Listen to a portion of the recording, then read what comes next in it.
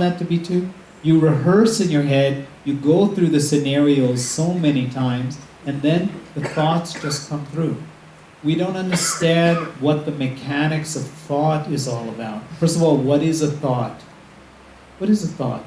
A thought is energy and intelligence. There's energy and there's intelligence, and you put that together, and that's a thought. And there are so many thoughts that are going through your head all the time. All the time. So many thoughts. And unless the mind is somewhat still, then you're bombarded with thoughts in your mind. And you can't make the right decision at the right time because there's too many thoughts in your head. Paul? When you say mind, you can guide the mind or you can control the mind. So who is controlling it? Like, if that means, like, I think the mind is the thing which is controlling, which is me. So isn't it the part of the mind itself which is controlling? It's a good question. I mean, you're a very spiritual person. You're having that question, that's a spiritual question. So, as opposed to me giving you that answer, see for yourself.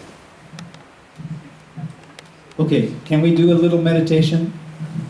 Would that be okay? There's one thing though, if we're doing the meditation, it's going to be about 15 minutes. You can't walk out in the middle, because if you walk out in the middle, you'll disturb everybody else. Can we just stay seated for 15 minutes? Is that okay? Yes or no? Yes. Okay. You know, if you read in any of the mythology, there are stories in the Puranas and in various Vedic scriptures where it talks about that there are these demonic forces that used to exist in ancient times that prevented people from going deep into meditation. Are you aware of that? I think they called them the Asuras, right? What were they? Demons. And some person would sit to meditate, then they would come and chop off their head or something like that. God, it was really bad. We live in an age where we don't see the Asuras, but I tell you, they're still here. They are here. There are two kind, mainly, in the world. One is Samsung, and the other is Apple.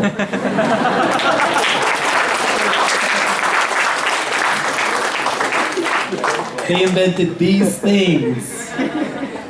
This is the antithesis of meditation. It will prevent you from going into meditation. This may come as a shock to you, even though you're university students. It does have an off button. You can turn this thing off. Can we all do that right now? Even though you think it's off, can you turn it off? Not vibrate. Off, off. I'm not making a comment about Steve Jobs. Let him rest in peace. He's a good man. Okay, good. So, one thing about meditation that would help you a lot, for those of you who have never done it or attempted to do it but weren't successful, many times we've already used the word like controlling the mind and things like that. There is no controlling in meditation. Meditation is the art of doing nothing. Just nothing. Are you doing nothing right now? No, you're listening, you're sitting, you're paying attention. That's not doing nothing.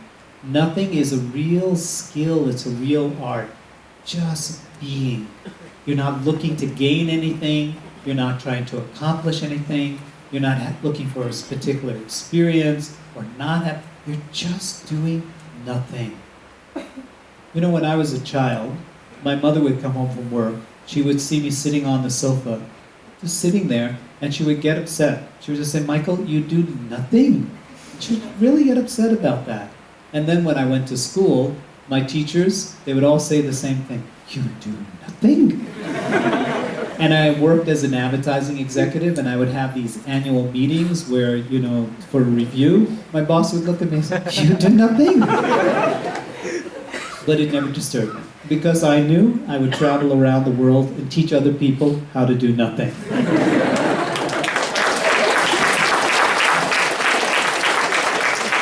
So I want you to know you are really in good hands. I have a lot of experience in doing nothing. And you too can do nothing very easily. See, even when I say do nothing, because you're so intelligent, you're already coming up with creative ways to do nothing. That's not doing nothing.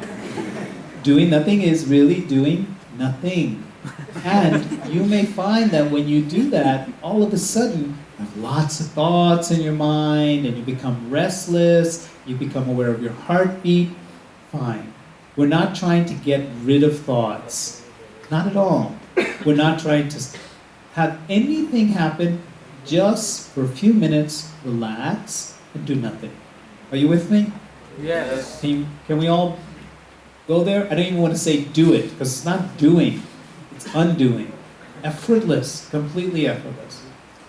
Now, before we meditate, we're going to do a little bit of a breathing exercise. How many of you are familiar with acupuncture? Have heard about acupuncture? Okay? Is that popular here, acupuncture? Not so much. But if you know anything about it, you know there are needles that they put in the body. Acupuncture is based on a system of meridians that go throughout the body. And when they put the needles in the body, it opens up a channel of the meridian, and then the chi, the life force energy, can flow, and the body can recuperate through that energy system, and it heals itself. So acupuncture can help with better memory, and it can help with weight loss, all sorts of things, because it all is about the meridians and the chi energy. There's an older science to acupuncture that comes from here, India. It's called Ayurveda. How many are familiar with Ayurveda? Okay. What is Ayurveda? Very similar. Instead of calling it meridians, it's called nadis. If the nadi is open, then the energy flows. If the nadi is closed, then the energy doesn't flow. There are 72,000 nadis in our nervous system. And on your final exam, you must know all 72,000 nadis. Just wanted to say that. So if one particular nadi is open, the Sushumna nadi, meditation happens quite easily. If it's closed, there's no way you're going to meditate. So pranayama, you've heard of pranayama. Pranayama moves the life force energy, prana, and what it can do is it can open up the nadis so it can facilitate the practice of meditation. And in ancient days, they discovered so many secrets, breath, mind, all the ancient rishis. Maybe because they didn't have much to do in those days, just observe. There was no, internet and no MTV and nothing. So they observed themselves. That became the interest. So they really learned some things that we can benefit from. So I'm going to teach us a particular type of pranayama, which is called nadi shodhana, alternate nostril pranayama, or alternate nadis, okay?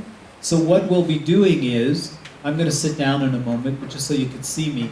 Your left hand is resting on your lap, palm open. And your right hand, these two fingers, index finger and middle finger, you're placing it in between your eyebrows. Now with your thumb, block your right nostril and breathe out on the left side. Now breathe in on the left side.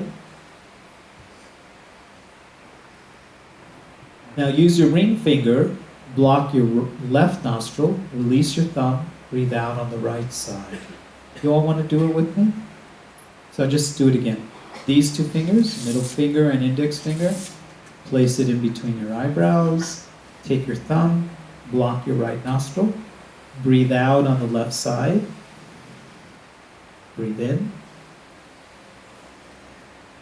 Use your ring finger to block your left nostril, release your thumb, breathe out on the right side. Breathe in. And switch. Breathe out on the left. And now continue at your own pace. Your eyes are closed.